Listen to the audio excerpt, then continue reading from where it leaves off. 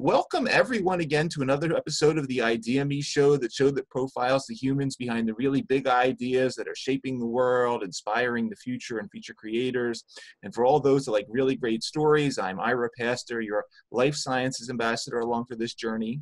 Today we are going to touch on a fascinating topic that we have not yet discussed on the show, and that is the topic of delirium. Which is a very serious disturbance in mental ability that results in confused thinking and reduced awareness of the environment.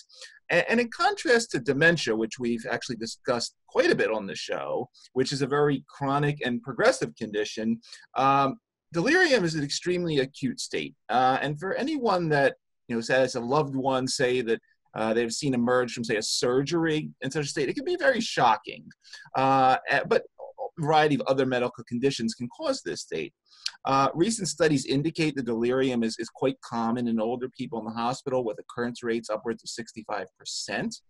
It's associated with increased rates of morbidity and mortality, cognitive decline, increased rates of dementia, institutionalization, and very high costs. Hundreds of billions of dollars are spent annually, not just on hospitalization, but on post-hospital costs, rehospitalizations, emergency department visits, and so forth. And most shockingly, delirium is often unrecognized.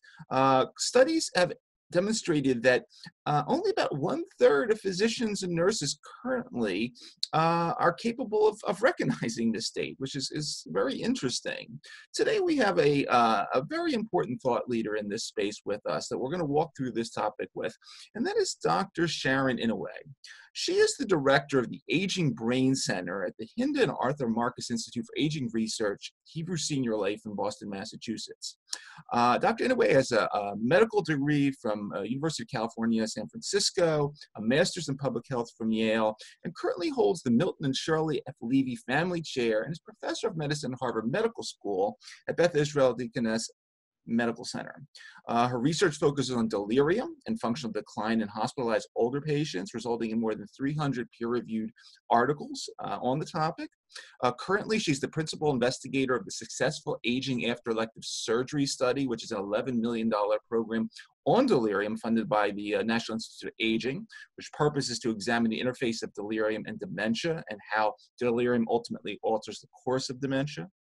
Dr. Inouye developed and validated the confusion assessment method, or CAM, the most widely used instrument for the identification of delirium, where she conceptualized this multifactorial model for delirium, which focuses on identifying various predisposing and precipitating factors for delirium.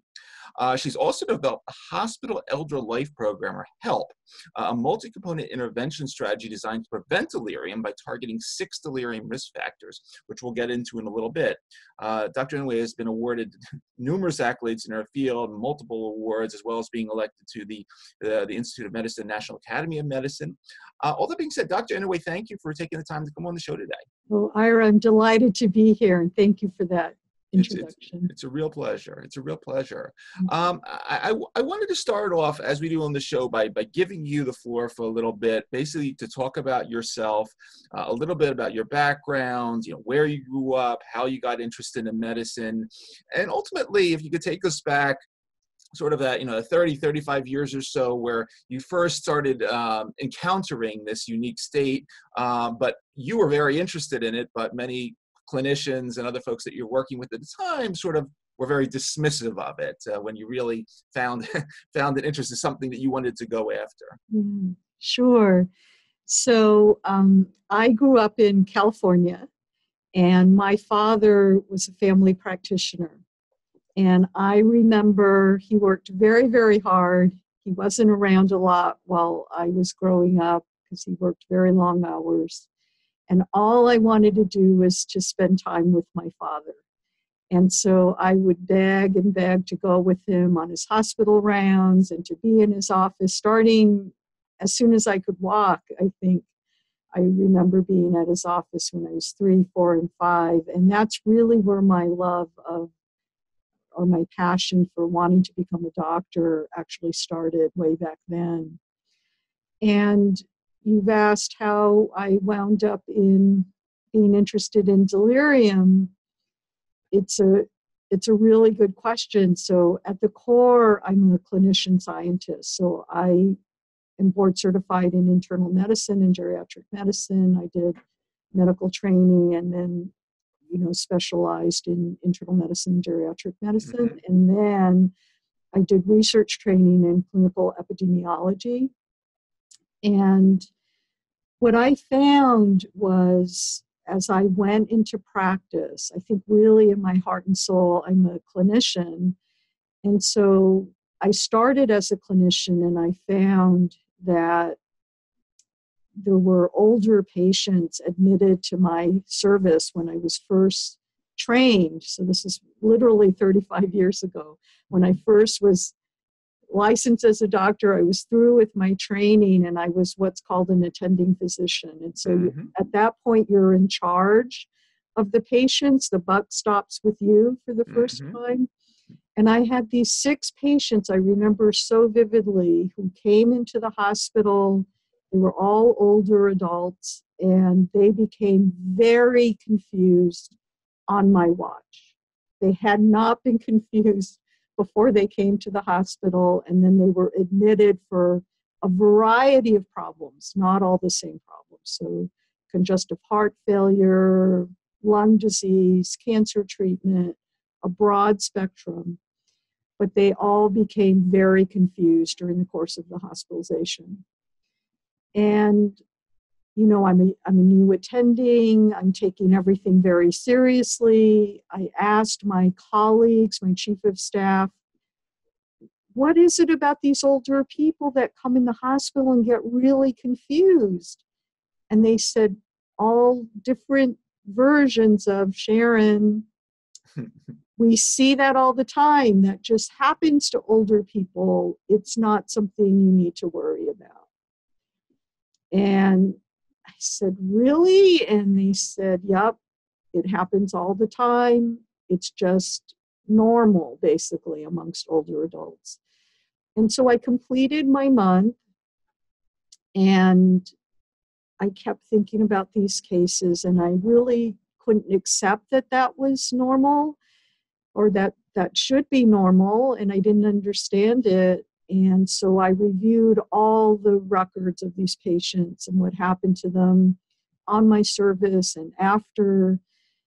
And as I went through each chart, I really began to realize or suspect that there were aspects of the care that we were giving the patients, the medications, the immobilization, the catheters that caused urinary infections, that I thought could have contributed to that confusion. And so that's what really, that observation and the fact that I wanted to understand it, and everyone I talked to was telling me it was essentially inevitable, right? Mm. And I just couldn't accept that. And so then I went on to get research training so that I could explore this topic. And then I went on to get board certified in geriatric medicine because I wasn't yet at that point. Mm-hmm. And then I just really carried on to try to understand that problem. And so that it wasn't quite linear like that, but it was an area that I just couldn't get out of my mind. And so that's really how my career got started. Outstanding. And sort of working off that, I mean, I noticed, very recently you had a paper in the New England Journal. It was entitled "Joining Forces Against Delirium: From Organ System Care to Whole Human Care," where you sort of, I believe, and correct me if I'm wrong, in the paper you're talking about a specific situation with your father, correct? In this most recent paper. That's right. Okay. It's 2020 now, and you obviously, you're the most respected person probably on the planet with regard to this topic.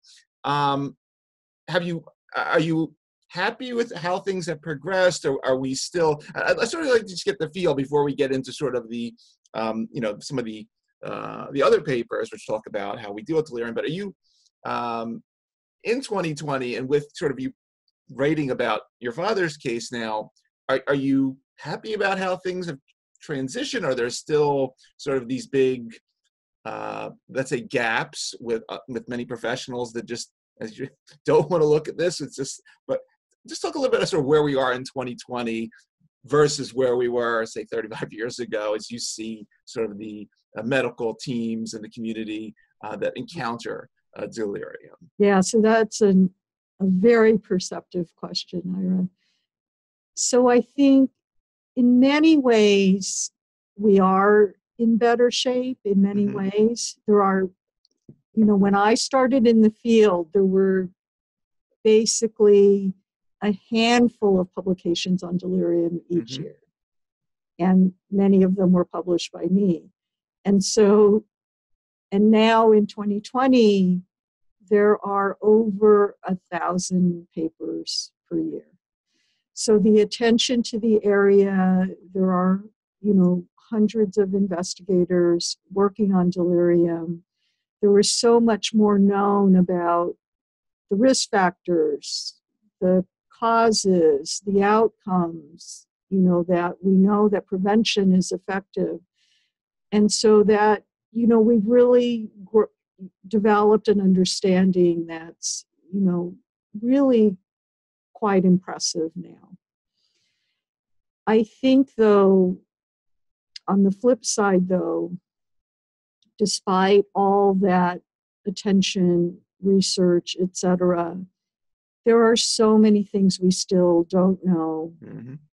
And delirium still is often unrecognized.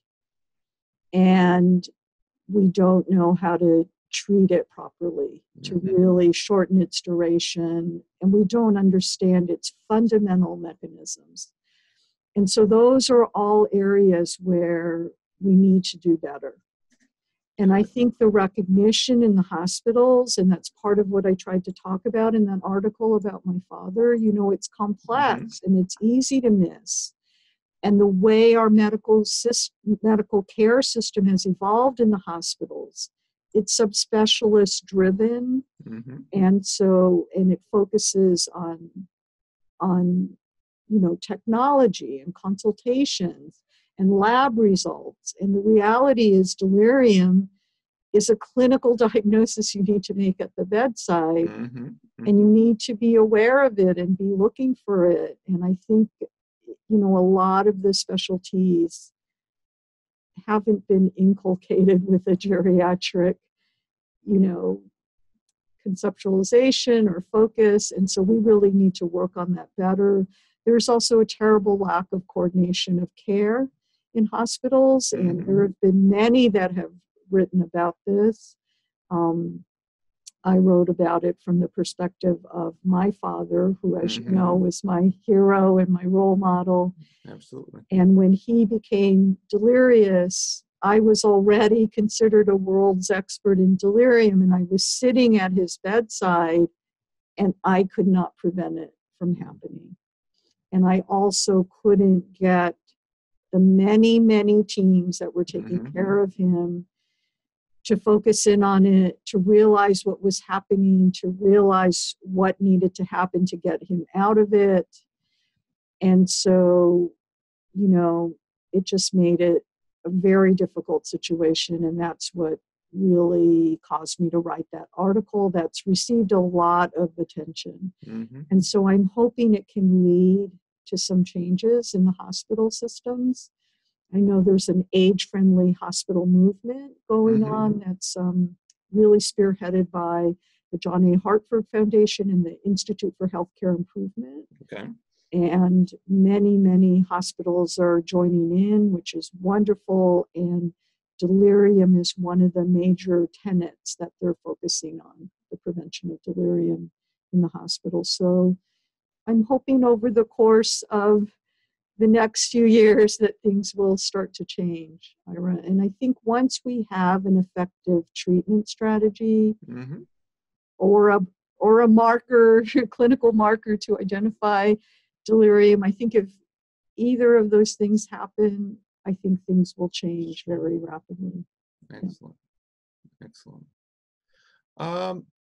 Focusing on the hospital elder life program or HELP, You have this sort of seminal paper in the New England Journal of Medicine. It's entitled A Multi-Component Intervention to Prevent Delirium in Hospitalized Older Patients. You highlight 6 risk factors, including cognitive impairment, sleep deprivation, immobility, visual impairment, hearing impairment, dehydration, and then you have a series of protocols involving various games and non-pharmacologic relaxation techniques, removal of earwax, a variety of tools, because it is such a, as you say, a multifactorial dynamic. And, you know, you've been successful in reducing delirium substantially. It's only at 40% using this really novel protocol. Can you talk just a little bit about sort of what was involved in creating this? Obviously, this is something that you thought about for a long period of time, and it's been very successful. If you could just walk through HELP and sort of a little of the history behind it, I think it's fascinating. So I created the Hospital Elder Life program back in 1993, working with a very, very skilled interdisciplinary team who really taught me about the importance of working with a team. I worked with nurses, with physical therapists, with nutritionists, with pharmacists, with religious chaplains, with social workers, all in trying to create a program that would meet the needs of older adults in the hospital. And really my first influence was, I was at Yale New Haven Hospital back in those days, and they had a very active child life program. And it was this program that was designed to work with children to keep them from being frightened and isolated while they were in the hospital, to keep them informed about what was happening and their parents, of course, and then to provide, what they needed during the course of hospitalization, including recreation, including exercise, including proper nutrition, and so forth. And so out of that, I said, why can't we do that for older adults in the hospital? And so that was kind of the initiative. And by this time, when I was thinking about this program that I wanted to develop, I had already completed a large risk factor study of what are the critical risk factors for delirium. And then I narrowed it down to those 6 things that you just identified. And so coming together with, okay, I need to target these 6 risk factors, and I want to think of something like a child life program where they use trained staff, but also volunteers to do the activities. And I thought maybe that was the way I could create a cost-effective program for hospitals where they could do this kind of care for older adults and yet, not have to have huge teams of paid staff. And so that's how it was created. There is a core interdisciplinary team. An elder life program really should have, at least 10% of a physician, half time of a nurse, an elder life specialist. So that is a paid staff member, but they're really trained by the HELP program, and it's really a person who can supervise and train volunteers and also screen and enroll patients into the program. And they can come from any number of backgrounds. They don't have to come from a clinical background at all. We've had people straight out of college, who want to work in hospitals, and we train them up to do it. And then what happens is during the course of hospitalization, patients are walked, if they can walk, 3 times a day. They're provided activities that they enjoy, and we really customize it to what they like. So if they like music, we try to provide the kind of music they like. If they like crossword puzzles, we provide that. If they, whatever it is that they enjoy doing, we try to provide that for them. Our program also provides music therapy, pet therapy, a bunch of other types of therapies like that. We provided feeding assistance, assistance with hydration, train staff on how to communicate with people who have vision and hearing impairments, and we walk patients. And we also have the pharmacists work with us to do medication review and avoid too many medications. So that's really the core of the program. It's now up in hundreds of hospitals around the world. And we have just partnered with the American Geriatric Society. And they are now, as of today, in fact, the announcement is going out. They are officially taking over the administration of the hospital elder life program. And they're a wonderful nonprofit group designed to advance healthcare for older adults. Fascinating. And we're breaking the news too. So yes, absolutely. I don't know if we often get a scoop, but that's great. It's extremely fascinating and a marvelous. I mean, I'm amazed how far it's gone and how you've gone global with it, and it's a sort of standard of care now. So it's I mean, you must be extremely proud of it, and it's really nice to see sort of what this work that you've been spending so much time on being so becoming such the standard of care for these individuals. So it's really fascinating. Could you with that background now, could you walk us through a little bit about the delirium dementia connection? Because we've spoken sort of on the dementia topic on previous shows and from different angles in terms of sort of the unmet medical need that dementia, Alzheimer's represents, and sort of the failed state of pharmacotherapeutic interventions to date. But could you talk about sort of you mentioned how sort of delirium can affect dementia and vice versa, and these things overlap in terms of one being much more chronic, one being acute. Can you sort of walk through that? And are there interesting components of this that if we deal with delirium better, for example, that we may see better outcomes, or in terms of our Alzheimer's patients? Let's sort of understand more about what you're learning in terms of this unique connection between these two states. Absolutely. And to me, this question is probably the most important question in the delirium field. Gotcha. Like, what is the interrelationship with dementia? Does delirium lead to dementia? That's a really pressing question that we don't know the answer to yet, but I'm going to talk to you about some of the work that we're doing and others are doing in that area. But I also strongly believe, and the evidence I believe is showing this, that if we could prevent delirium in older adults who have Alzheimer's disease, who have dementia, they will do better. And so that is, as some of my colleagues at AARP refer to it, because AARP has a global brain health initiative, and they have decided they're about to release a report in March about delirium.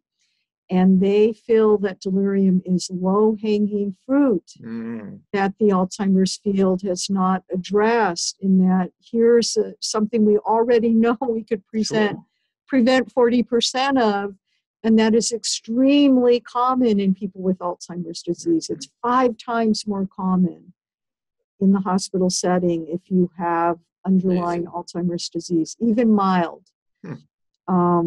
And so if you could prevent that, and we have done studies that have shown that if you do have Alzheimer's disease and you are hospitalized and get delirious, that your cognitive decline, your pace of cognitive decline is accelerated by 2-fold afterwards. Wow. Permanently. And so you can imagine that that's a huge acceleration in the rate of cognitive decline. And so that if we could prevent that, I think that would be huge. So just to step back for a moment, and you've already kind of said this, but just to stress, so delirium is a risk factor for people developing dementia later, new dementia. And dementia is a risk factor for delirium, as I've already said. Mm-hmm. Mm-hmm. And so they are very closely interrelated. And it is true because everybody asks me, so does that mean, that delirium is just a marker of a vulnerable brain, right? Like, so if someone has Alzheimer's disease and they develop delirium, well, so what? Doesn't that just indicate they have a vulnerable brain and then they'll get better from that, etc.? Or does the delirium itself, can the delirium itself lead to actual neuronal damage and acceleration of the dementia? And I actually think both things are true. Okay. I think that delirium is a marker of a vulnerable brain. Okay. But I also think that maybe in not all patients, but from our studies, it looks like at least around 20% of patients, and it's those who are most vulnerable, most cognitively impaired, and develop the most severe delirium, where it looks like they go on to develop neuronal injury and permanent cognitive decline. And I know you're going to ask me next, Ira, what's the evidence? And there is biomarker evidence of this with delirium, that people develop increased levels of neurofilament light, NFL, which is a marker of neuronal injury. There are other markers as well of inflammation. I was going to ask you about that. Keep going. That very much increase with delirium. And so I think there's increasing evidence that delirium sets off cascades that probably can lead to permanent neuronal damage. And yes, there are animal studies now that are highly suggestive that if you induce a delirium in a mouse, that mouse can trigger central neuronal damage. In particular, the groups that are working on this, like Colm Cunningham out of the UK, they start with AD mice or mice that have other brain, neurologic, underlying neurologic disease. So they are vulnerable brains in a sense. And then they trigger delirium by injecting various substances that mimic infection. They give medications that are known to induce delirium in people, major anesthetics, things like that. And then they do show that there are permanent changes in the brain and so forth. And so I think the evidence is stacking up. What we don't have yet is, clinical trial evidence that if we prevent delirium in a group, and let's say we have a group of Alzheimer's patients where we know when they get the delirium that they're going to decline more rapidly. Say we were able to randomize people, and you can't really do this, but say we were able to randomize people to get delirious or not, and we prevented the delirium, then does that group with the delirium prevention do better in the long term compared with the other group? So that is the type of study that needs to be done. And I think there are certain settings which are kind of natural experiments, like, major surgery or admissions for sepsis, where we could try to do these kinds of preventive strategies and see if we could change the outcome. Very interesting. Very interesting.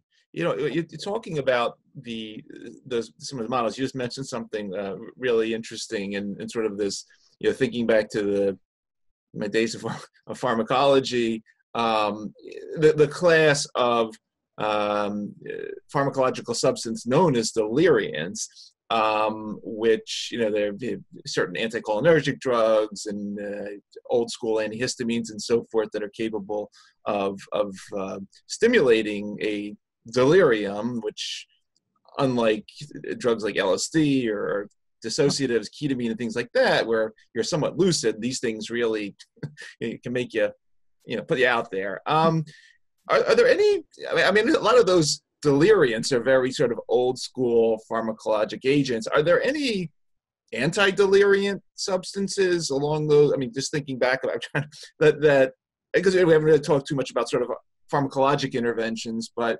anything sort of that balances out a deliriant, to think what that is, but that may be useful in the clinical setting. I know some of these drugs are pretty old. They just don't. It's a really good question, Ira, and I can tell you that scopolamine was one, and atropine, are in those deliriant class, and as you know, very powerful anticholinergic drugs. Right. And actually, early on when I started in the field, our group and other groups actually administered atropine in a very controlled setting, a general clinical research center, in healthy older adults, volunteers, and did cognitive testing and, blood assays and so forth, because we were trying to figure out if we administered a cholinergic agent like physostigmine, could we prevent the delirium and its bad outcomes. And it turns out that we did a very small pilot study, and then we wanted to go on and do more. And what happened in the meantime is that our institutional review board no longer felt like these studies were safe to induce a delirium. And it's largely because of my own work. So I kind of interfered with that line of research, and so we were no longer really allowed to induce the delirium in that way. But I can tell you that studies have been done with Aricept, which it would work to build up, to prevent the effects of anticholinergic drugs. And unfortunately, there were 3 trials of Aricept, and one of them was halted midway because of bad outcomes. And all of them, 3 out of 3, did not show beneficial results. And in fact, in some cases showed that patients got worse. They got more agitated, more confused. And so I think the answer in that case is not going to work. And your question about, are there other protective drugs? I think that a lot of things have been tried, Ira. People have been using antipsychotics, for instance, thinking that with their dopaminergic properties, maybe that would work. And recent clinical trial evidence has shown that it does not improve delirium. It does not shorten duration. There's some suggestion that it may actually worsen outcomes, prolong the delirium, make more functional and cognitive decline. So that is no longer advocated. There's many groups looking at other approaches, melatonin, trying to improve sleep, because sleep gets very disrupted in the hospital and also is very disrupted in delirium. And so I think some of those approaches look promising, but not proven yet. People are looking at, better treatment of pain with non-pharmacologic strategies. Intravenous Tylenol is showing some promise.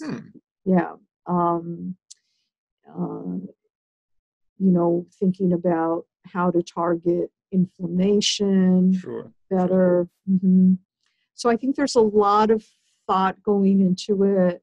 I think it's going to wind up needing a very personalized approach because it is so multifactorial and Sure. different in each person. But I think it's an area where we really need to work harder. Such is the nature of drug development. But Right. I appreciate that overview. And yeah, it's unfortunately when things don't work one way or the other, but I think there's a wide range of possibilities here, as you were just saying. So something definitely keep an eye on. One other question I have, and this might be a little off the mark, but I'm going to ask it anyway, and I'd just be interested in hearing your thoughts. You know, there is this very unique. I'm very interested in sort of the oddball sort of medical conditions or that occur in the literature, that are reported in the literature. And one of the most fascinating ones to me is this this condition known as terminal lucidity, which is seen in Alzheimer's patients. It's seen in other patients with neurologic disorders, where there's this unique return of mental clarity before death. And you know, when you look at some of these papers, it's usually mentioned in them that we should not confuse terminal lucidity with something known as terminal agitation, which is this state of hyper delirium and anxiety and agitation and so forth that occurs before death. I don't know if I'm veering too far off in a direction here, but I'm just interested in your time spent in this area. Have you, in studying sort of the end of life delirium that occurs, any interesting learnings that may be found in sort of this connection with terminal lucidity? Maybe if I'm too off the mark and this is not related to the topic, then we'll just skip this question. But I just thought if I had you here, I'd throw it at you and see what you might have seen or thought of in relation to this. Well, I think it's absolutely important and related in some way. And let me tell you why I think that. So, and actually, I have to tell you, my father experienced that terminal lucidity right before he died. And he actually died of kidney failure, and he was in a coma and woke up completely clear.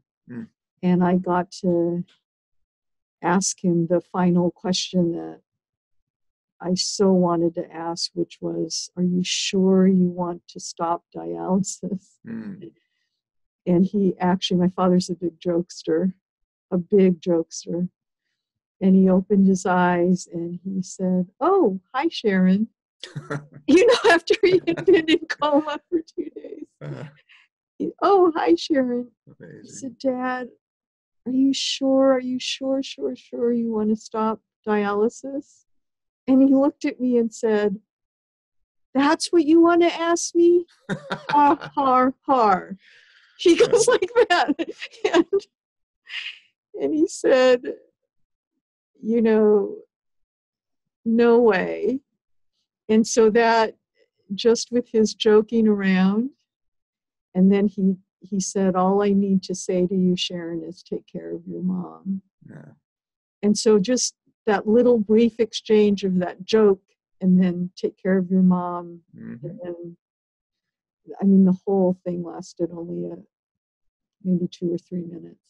But at any rate, to get back to your question, I just want to validate that it's a real thing, and I've seen it in my patients. I've seen it in my father. It does happen in delirium. Delirium has lucid intervals, and it's not pathognomonic. In other words, you don't need that to make the diagnosis of delirium. But when you see it happening to someone who's been like flagrantly confused, an hour ago, and now like you come in and you do a cognitive test and they score 30 out of 30. And that happens. I've seen it like umpteen times. It's a real thing. Delirium also tends to, get worse at certain times of day. And there's a lot of hypothesis that it cycles with circadian cycles and with Okay. hormonal cycles and stress hormone cycles, so you can understand that. Right. But that is, you see those lucid intervals with delirium, and I've seen those lucid intervals stump like the best clinicians. Mm. And that is sometimes why people wind up on psychiatric units rather than a medical unit or a neurology unit undergoing an evaluation for delirium, right? Sure. Because they think the patient's crazy. So I've seen that happen many, many, many times. So, so talking about end of life and what's happening there, when those lucid intervals occur. And I would love to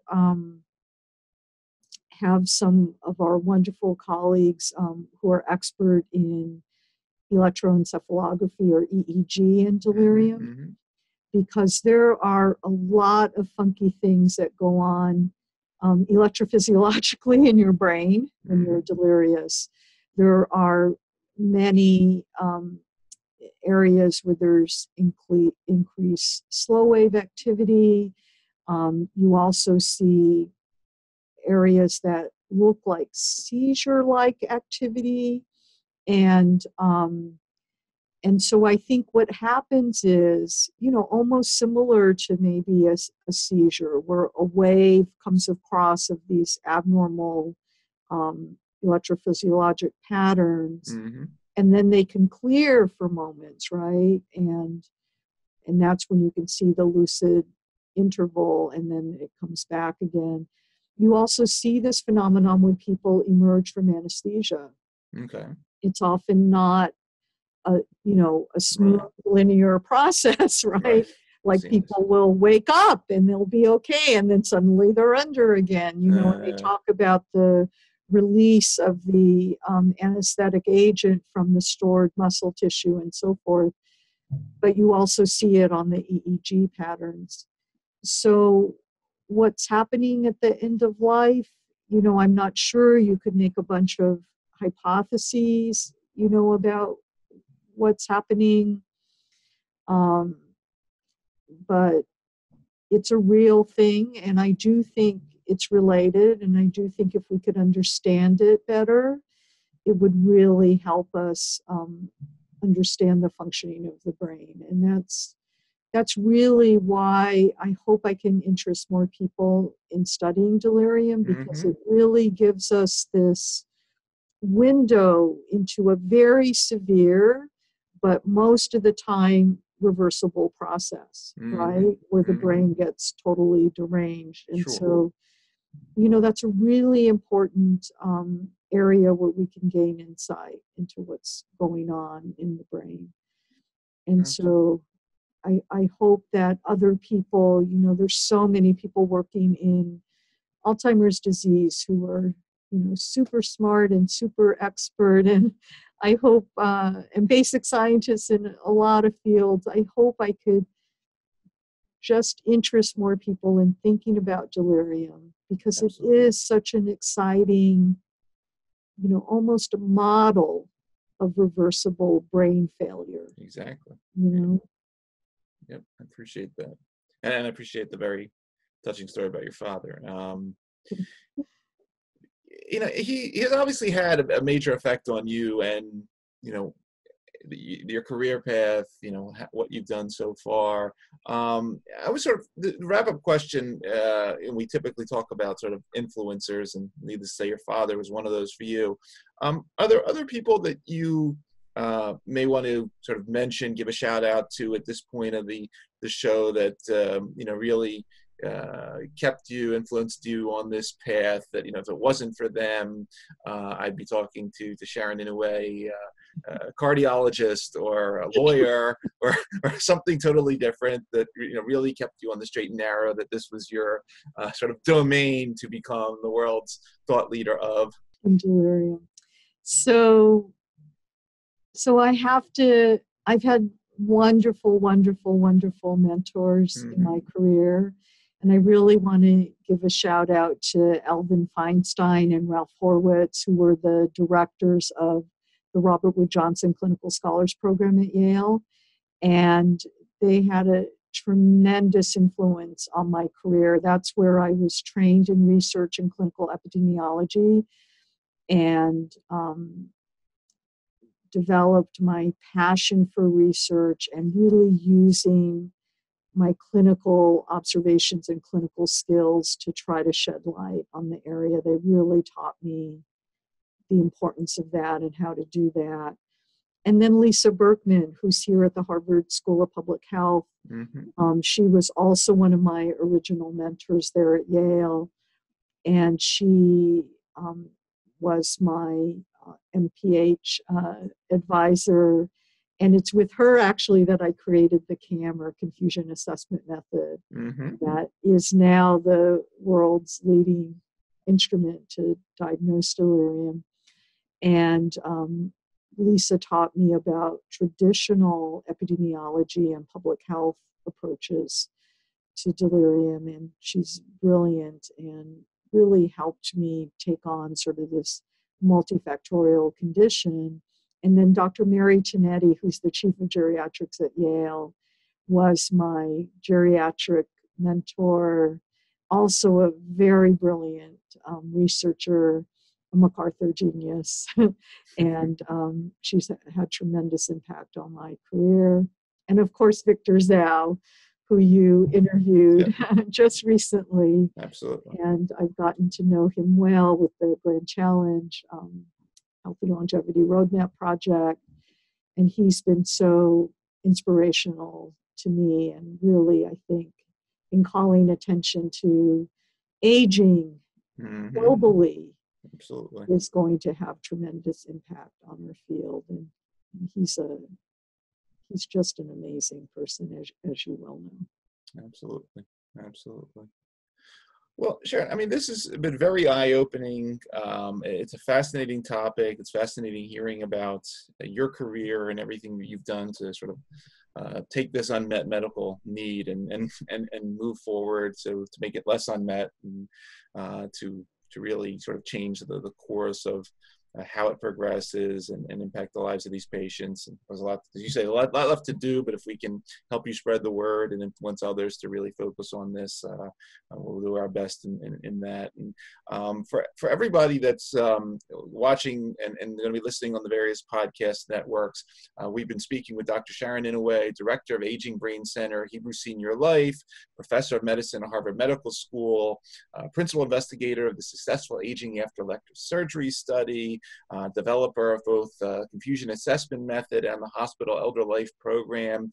Sharon, thank you for everything you do, everything that you've been doing throughout your career, for taking the time to come on the show, and for moving as I said, this very important topic and discipline forward. I know it's a tough road, but you've really taken something that's was so unmet and making it more more met, let's say. But I'm really wishing you the best in the coming years and everything you're doing, and really thanking you again for taking the time out of your schedule to talk with us for a little while about this amazing Thank you. work of yours.